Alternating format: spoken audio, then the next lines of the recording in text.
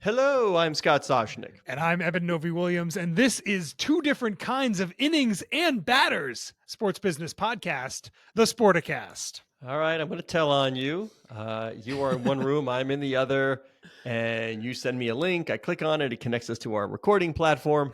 And, I came in just to find you practicing an intro. I was testing two different testing types. But how do you saying it out loud help you decide which one to go with? I wanted to hear it. I wanted to hear them out loud. Can I hear the other? Because you said you were going to go opaque or literal. You went other literal. One was going to be Yankees or Yankees, because you had a good experience at the New York Yankees game.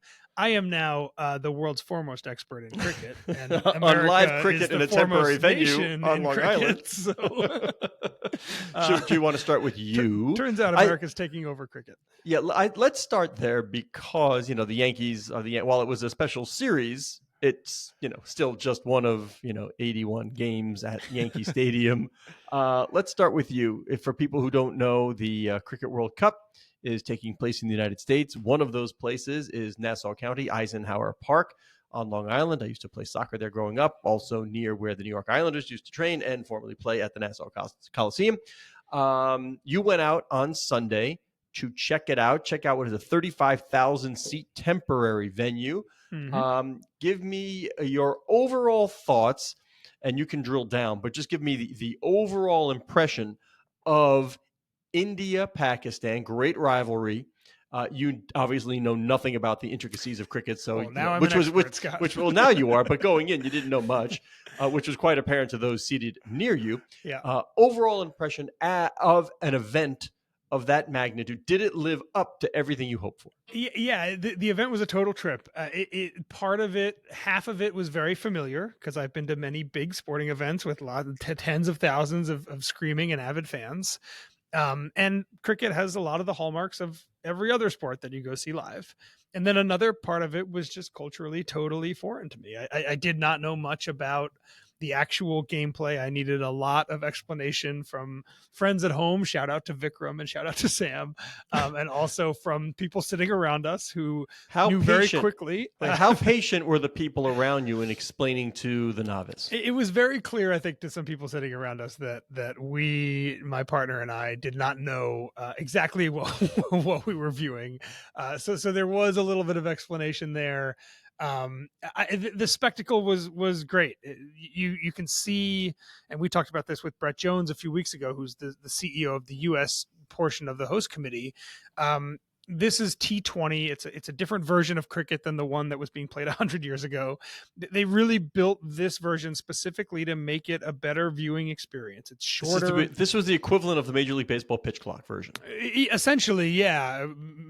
A much bigger departure from traditional, to be totally honest. But there's loud music being played between overs and sometimes during play when it happens. And it's much more fan friendly, and you build the drama in a way totally unique, different than American sports. The way cricket works, for folks who don't know, and I'm a novice, so people who already know this, they're probably screaming at their. This is cricket for dummies by a former dummy. But instead of think of it like in baseball, teams alternate for 9 innings, right?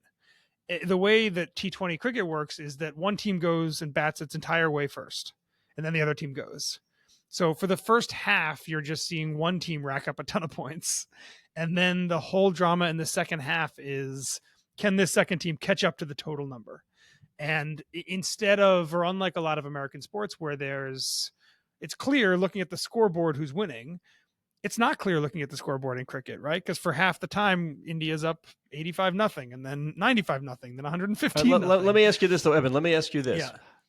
Every now and then, as they would say in Spanish, de vez en cuando, every now and then, how fun would it be if we tried that in Major League Baseball? Every team should do it once, where you get 27 outs and one team's pitching the entire time. So, do you bunt? I don't know. But, one team gets as many runs, and you can bring in a relief pitcher, same rosters, whatever you want. But you get 27 consecutive outs, and then see if that other team can come back and beat it. I would love to see that. I had this exact question with my friend Vikram after I left, which is, theoretically, what would happen if you, instead of baseball, had one team bats for 27 outs. You can alternate pitchers, bring people in and out, which is what happens in cricket, and then you have a second team that is essentially chasing that top number the entire time. One of the things that works out nicely, it didn't work out in this one, but if you have two teams that are in drastically different skill sets, the game can be over the second part of it quite quickly. If you're chasing a low number and you get there in 11 overs instead of the 20 necessary, as soon as you hit that number, the game's over. Yep. So there is at least some time saving aspects to it, especially when you have two teams that are at different skill sets. So that was my top line. I really enjoyed it, Scott. The sports business nerd in me. This is what I want. What were the differences? What could they do better? I mean, we're talking infrastructure. We're talking food and bev. We're talking merch. We're talking ingress, egress. We're talking parking. Give me the whole shebang. Yeah, ingress, egress was fine. I think my big takeaway is that I think it's maybe impossible to build a temporary 35,000 seat stadium in 2 months or however long it took, less than that, and to have all the frills of a stadium that you or I are used to going to that's permanent and has everything in it. What was missing? The food and beverage was a struggle. And I think this is two things. One, most of the events there are not going to have 35,000 people. This one was packed. So even if you look at the subset of 8 or 9 events that are going to be there during the World Cup, this was an outlier in terms of how many people were there. There was a rain delay right at the start. Oof. And at noon, essentially everybody in the venue, all 35,000 people, decided they wanted to get food. And from what I could tell, the entire stadium literally ran out of food. No, wait, why did everybody go? Is there a reason, like a break in the game, like soccer, like halftime? Was there a reason why everybody went at once? They went at once because there was a rain delay, so there was no play. Oh, so it's just time to go and eat. Okay. And there's not really there's a brief halftime between when India bats and when Pakistan bats, but there's not really a structured halftime in the way that you see in a lot of traditional or other sports. So yeah, I think a lot of people rushed to get out there, and it was a mess. Let me ask you this: I would be curious. Legends does a great job in some things. I think Legends probably has some things to say about getting maybe flat-footed, or maybe the answer, Scott, is just honestly that there's 8 events there, and 7 of them are going to look very different than the 8th one, and this is kind of the challenge with having a temporary stadium, temporary food, temporary kitchens, all of that stuff, and not having a permanent venue. Now, if the 8th one is going to be India, Pakistan, and get all the attention and be sort of the one everybody's looking at, you might want to be staffed up and ready to go there. Yeah. Like no Red Panda, no like president head races, no sausage races, no The Flash. Like you couldn't bring a little bit of American entertainment to this? None of that stuff, but it has entertainment. There's very loud music blaring in between batsmen when they go. There's essentially, is that the equivalent of walk-up music? Essentially, yeah, but it happens right after the play. There's 2 types of home runs. I'm speaking very kind of colloquially here, but there's a 4-pointers and 6-pointers. Anytime you get those, you get loud music and bass and horns and all that as well. This World Cup doesn't have it, but the club version apparently has cheerleaders and has a very like kind of raucous, like rock concert-y environment, which is, from what I understand, a vast departure from Test cricket, the traditional cricket. Right. So some of that I think would look fairly similar to someone who goes to baseball games or college football games or whatever, right? There's music, there's loud, like all of that. I think if you grew up as a diehard Test cricket fan, the adjustment to T20 cricket was a little different. Right. Okay. So now help me here. If I'm a prospective investor in Major League Cricket, right? You had good US beat Pakistan. Lots of attention. Wait a minute. Okay. Now you've got India, Pakistan, the biggest rivalry. That happened. Great. Now you've still got USA to play India. Mm-hmm. Okay. That's an important match. Eyes of the cricket world there. Win or lose, then you get another match where the U.S. will be playing, fill in the blank for me again. Ireland. And if they win, they get out of the group stage. They get out of the group stage, which would be huge. People paying attention again. So overall, prospective investor or investor now in Major League Cricket, how am I feeling? I mean, I think you're feeling good. The U.S. doing well in this tournament, even if doing well is literally just what we saw. If it's just beating Pakistan, I think that helps because the expectations were very low. Yeah, there's. It's not a popular sport among a lot of Americans, but it is a very popular sport among some Americans. And a lot of these cities, Dallas has a very large Nepalese community, I believe. The teams playing down there is drawing very well. This is a sport that has a huge following among very specific people and from very specific countries and cultures. And that's enough, in my opinion, I would believe. I don't know what Major League Cricket, what their attendance looks like. One of the challenges here is that venue wise, it's a challenge. It's not like you need your own. You need your own stadium. It's a particular soccer teams can play dimension. in football stadiums. Right. They can play in baseball stadiums. It's not great, but we've seen it. Cricket can't do either of those things. So it is a venue challenge. The field is so big, Scott, that having 35,000 people there, again, for the biggest rivalry in international cricket. The place was loud, but it doesn't feel like the Big House, right, which has a lot more people. It doesn't feel like Madison Square Garden, which has a lot less people. The field is just so big that you're just that far away from everybody who's on the other side. But the environment was great. I think in specific cities, cricket has a lot of room probably to grow. I think the biggest challenge outside of the venues is just the adoption of the sport and the rules.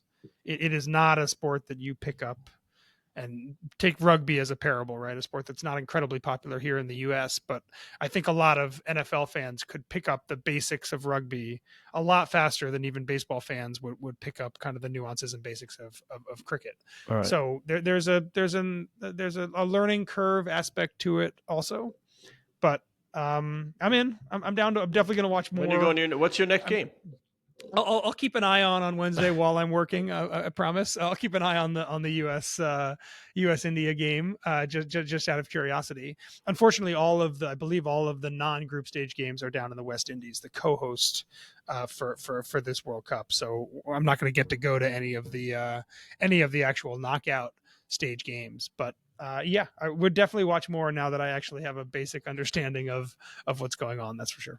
All right, it's my turn to be the star of the show. Ask me any questions you want about the Dodgers and the Yankees on Friday night at Yankee Stadium in the Bronx. Yeah, so you saw Yamamoto, much heralded Yoshinobu Yamamoto, pitcher, and the Yankees pitcher who I'm not going to remember his name, but me neither. But he also threw well.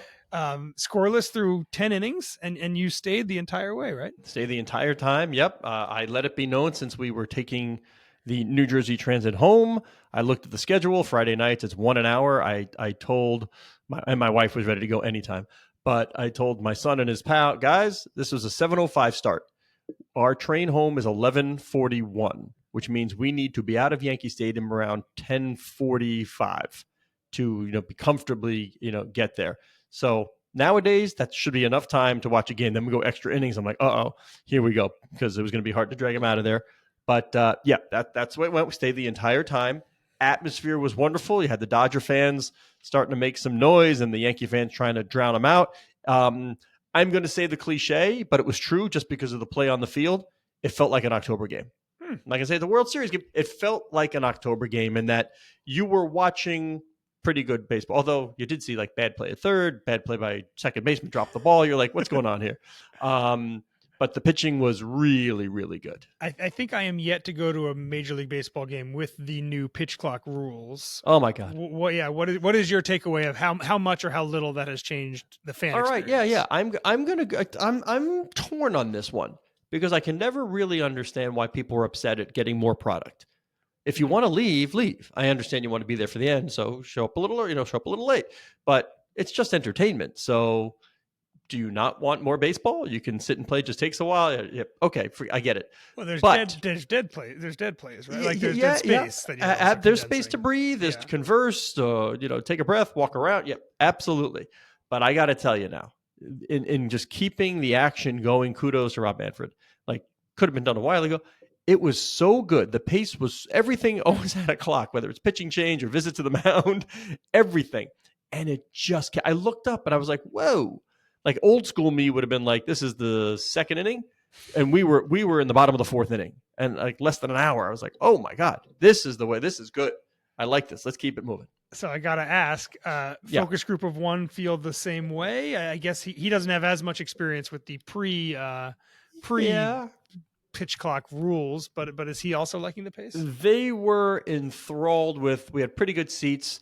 So they were just enthralled with sort of watching, and kudos to the photographer. My wife, what a picture in warm up.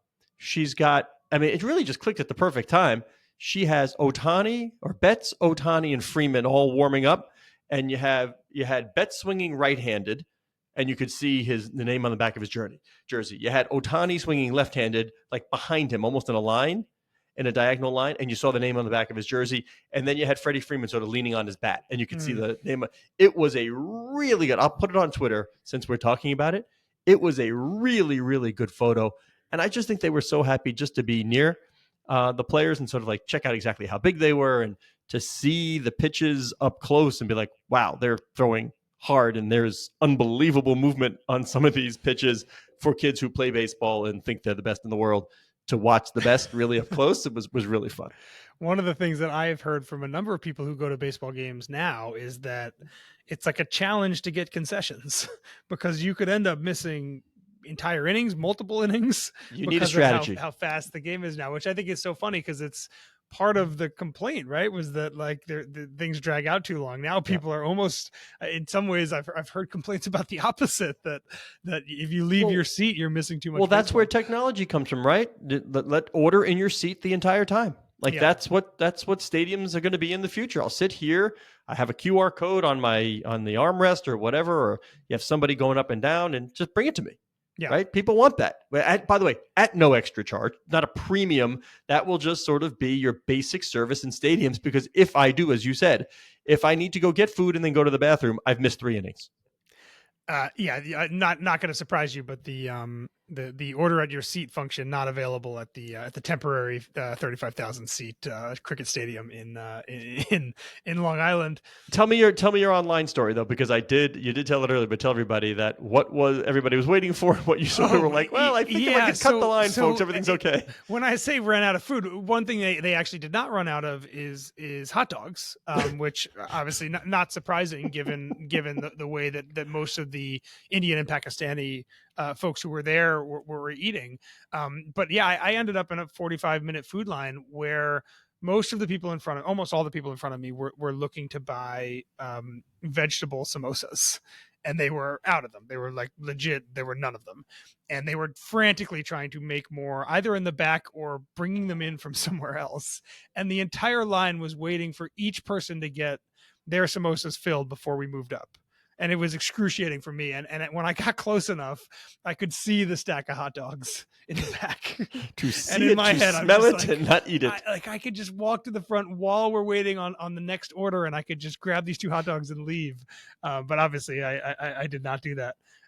But yeah, again, when I mentioned kind of different culturally from a sporting standpoint, food was also different for obvious reasons, right? The crowd there is looking for different things as different diets, etc. But that was an interesting one for me to stand there in a 45-minute line staring at the food that I'm looking to get while essentially all of the other food was sold out. Speaking of staring at something that's different, did you happen to see Kyrie Irving's sneakers that he has sported? Nice. Thank you, for the NBA Finals. Because if our Google data tells us anything, lots of people were watching that game, saw the catcher's mitts on his feet, and said, I got to go to my phone and Google Kyrie Irving sneakers, because the readership on our story, I love this under the Penske portfolio. It was Jacob Feldman, it was Eric Jackson, and Peter Very of Footwear News teamed up to do a great story on sort of the new release of the Kyrie shoes, the why, the how, the what. And man, I gotta, people were interested. I'll tell you that much. I don't know, love him or hate him. I do not know. I know they were interested in what he was wearing. It's you went catcher's mitt. My first thought was they look like the tassels on on a Clint Eastwood Western jacket or something like that. I would go mostly coloration. They're just like the old leather. Yeah.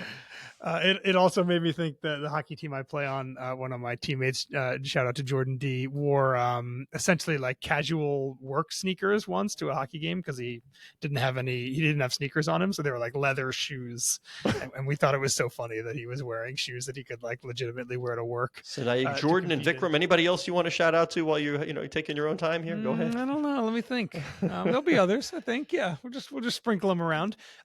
Kyrie, interesting story here. A 5-year deal he signed with Anta, a Chinese sneakerwear brand, $32 billion market cap, does 95% of its business in China.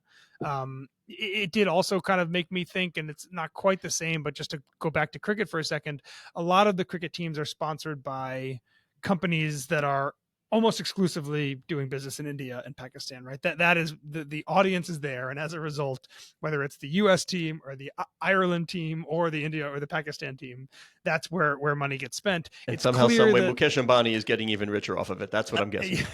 I'm sure that Anta has aspirations to grow its business outside of China.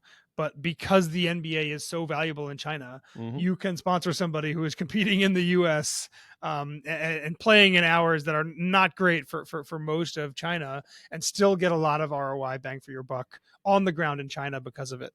And there's a great spread out happening in the NBA right now in terms of who people are partnering with. It used to be Nike, and Adidas, a few others, but yeah, now not only do you have other brands like Skechers and New Balance and Puma playing a role, but you also have Chinese brands like Anta, like Li Ning, like 361 Degrees, which I think has a deal with Dwayne Wade was a Li Jokic. Ning guy, or is a Li Ning guy. Dwayne Wade, yeah. There's a lot of, if you look at the players that were playing, I haven't looked for the finals, but in the NBA semifinals, there's a whole host of different companies, be it the big ones again like the Nikes and the Jordans, all the way down to much smaller ones or ones like Anta that don't do a ton of business in the US. Well, don't forget Kyrie was a Nike guy. Like Kyrie was number 2 in sales, right behind LeBron.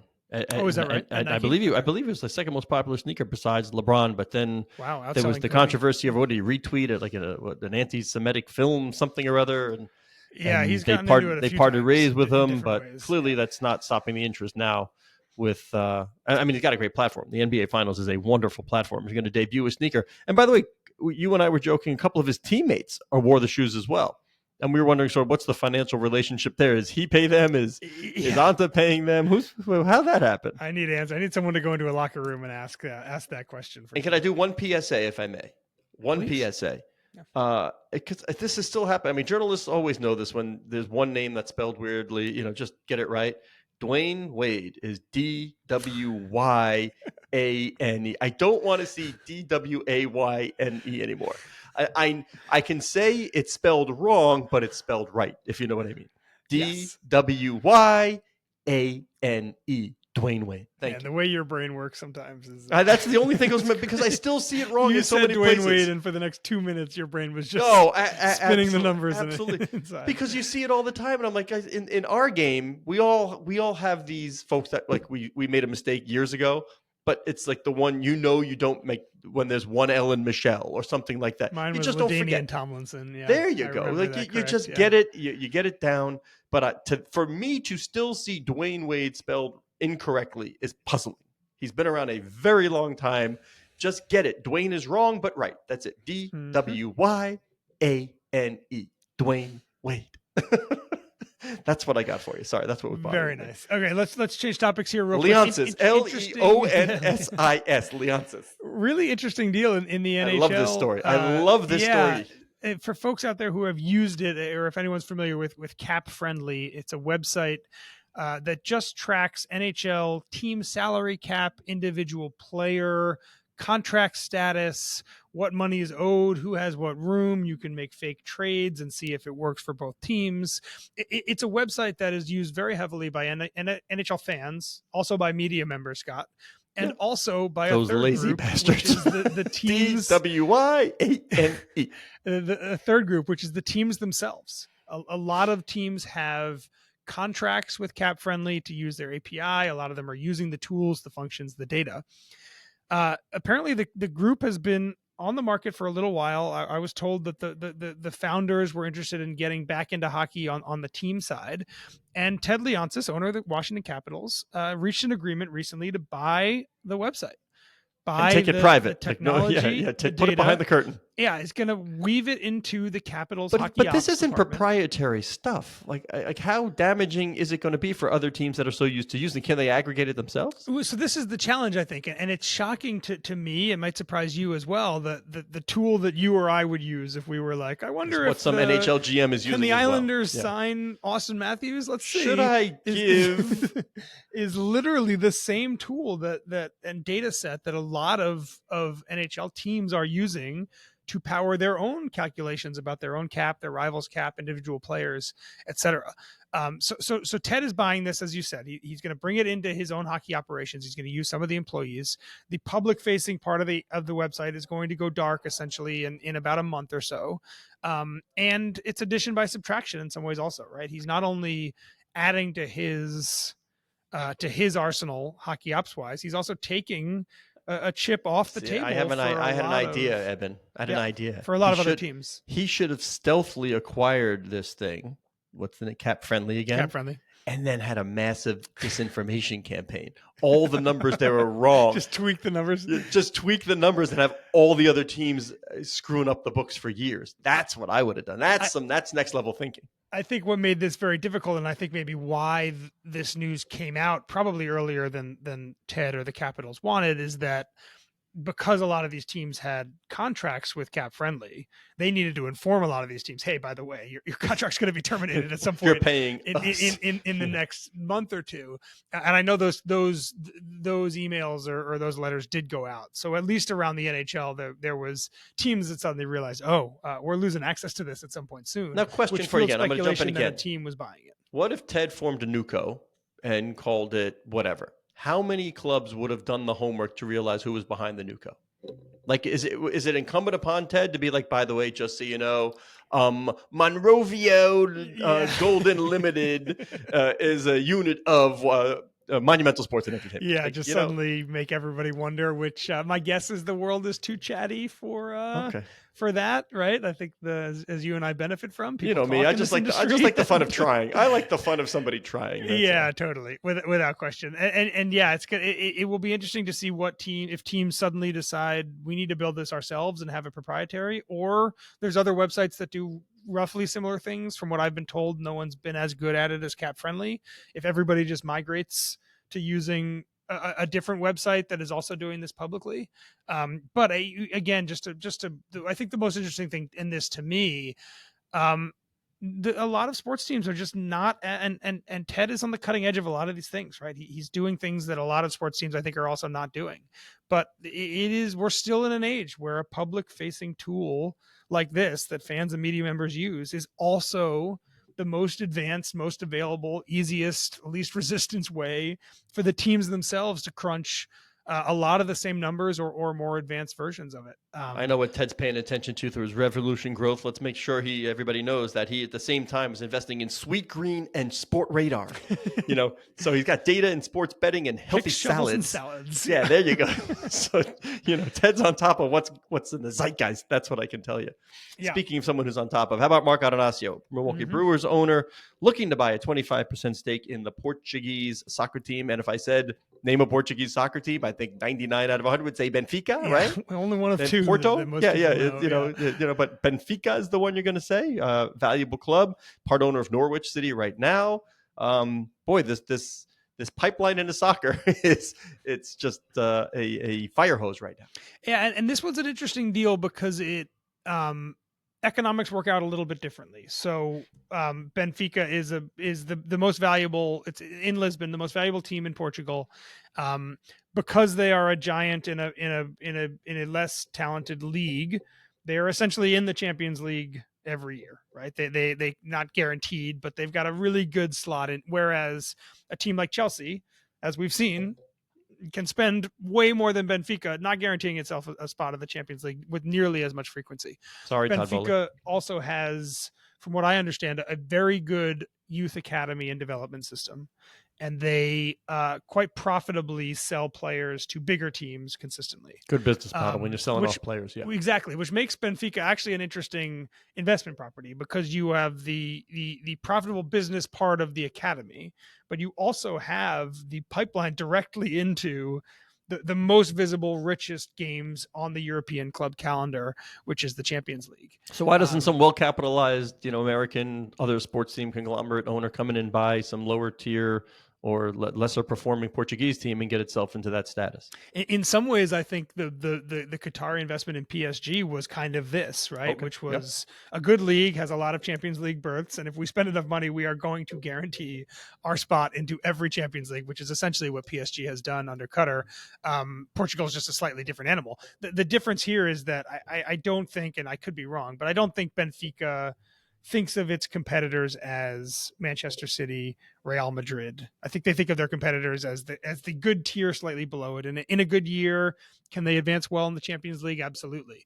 But it's built on a different kind of profit motive with different goals, and they're selling players to those clubs. Yeah. So as the runaway spending in Europe continues, if it does continue, a team like Benfica, which is sharing in that economy on the receiving end and not the spending end, actually maybe does stand to gain here. So I think this is actually quite an interesting deal, again, because of where the unique place Benfica sits in the European soccer ecosystem. All right, let's end on a trivia question, which means we're going to give everybody at least 5 seconds to answer.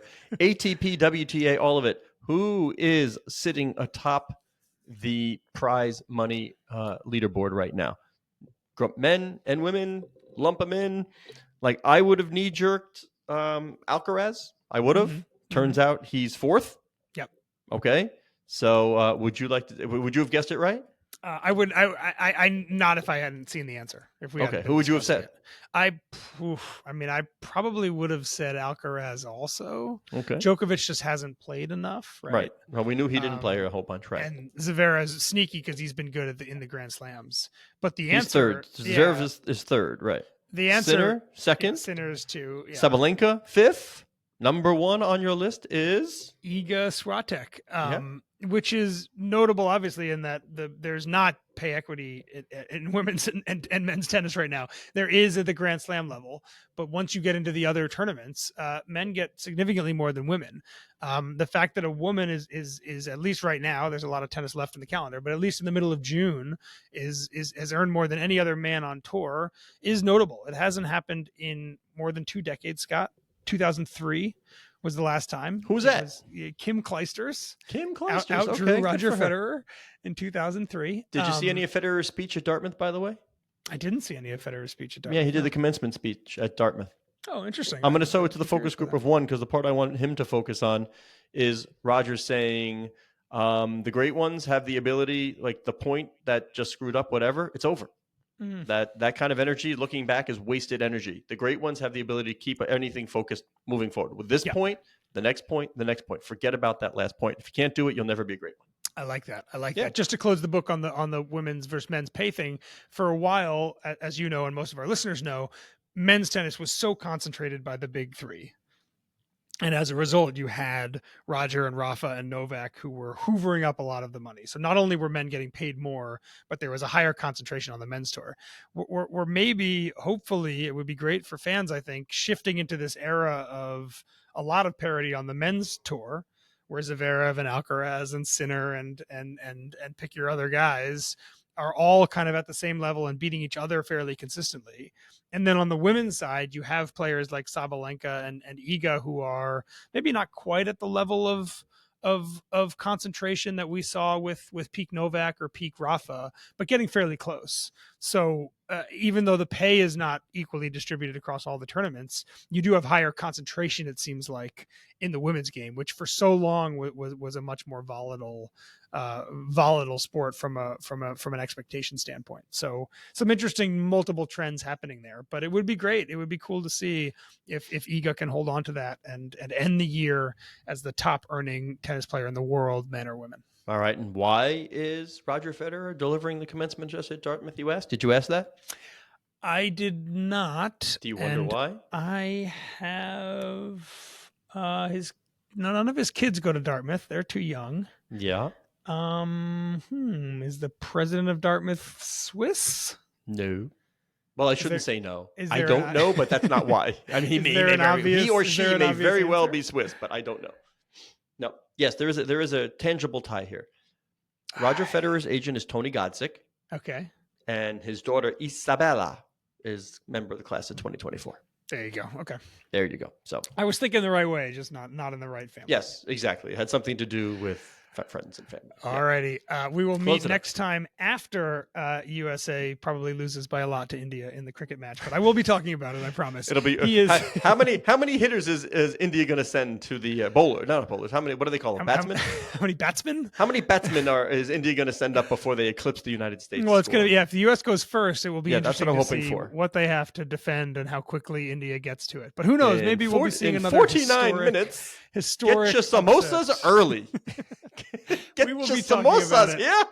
On the Sporticast, he is Scott Soshnick. You can find him at D- Soshnick. I am Evan Novi Williams. Y You can find me A at Novi N _Williams. E. The show is produced by Aaron Greenewald. That's ERIN Greenewald. Very Thank you easy. very much to Aaron. Cora Veltman, Sportico's digital media editor, would like you to know that you can follow the show at Sporticast, which is the hub of the Sportico Media Network. All righty, right.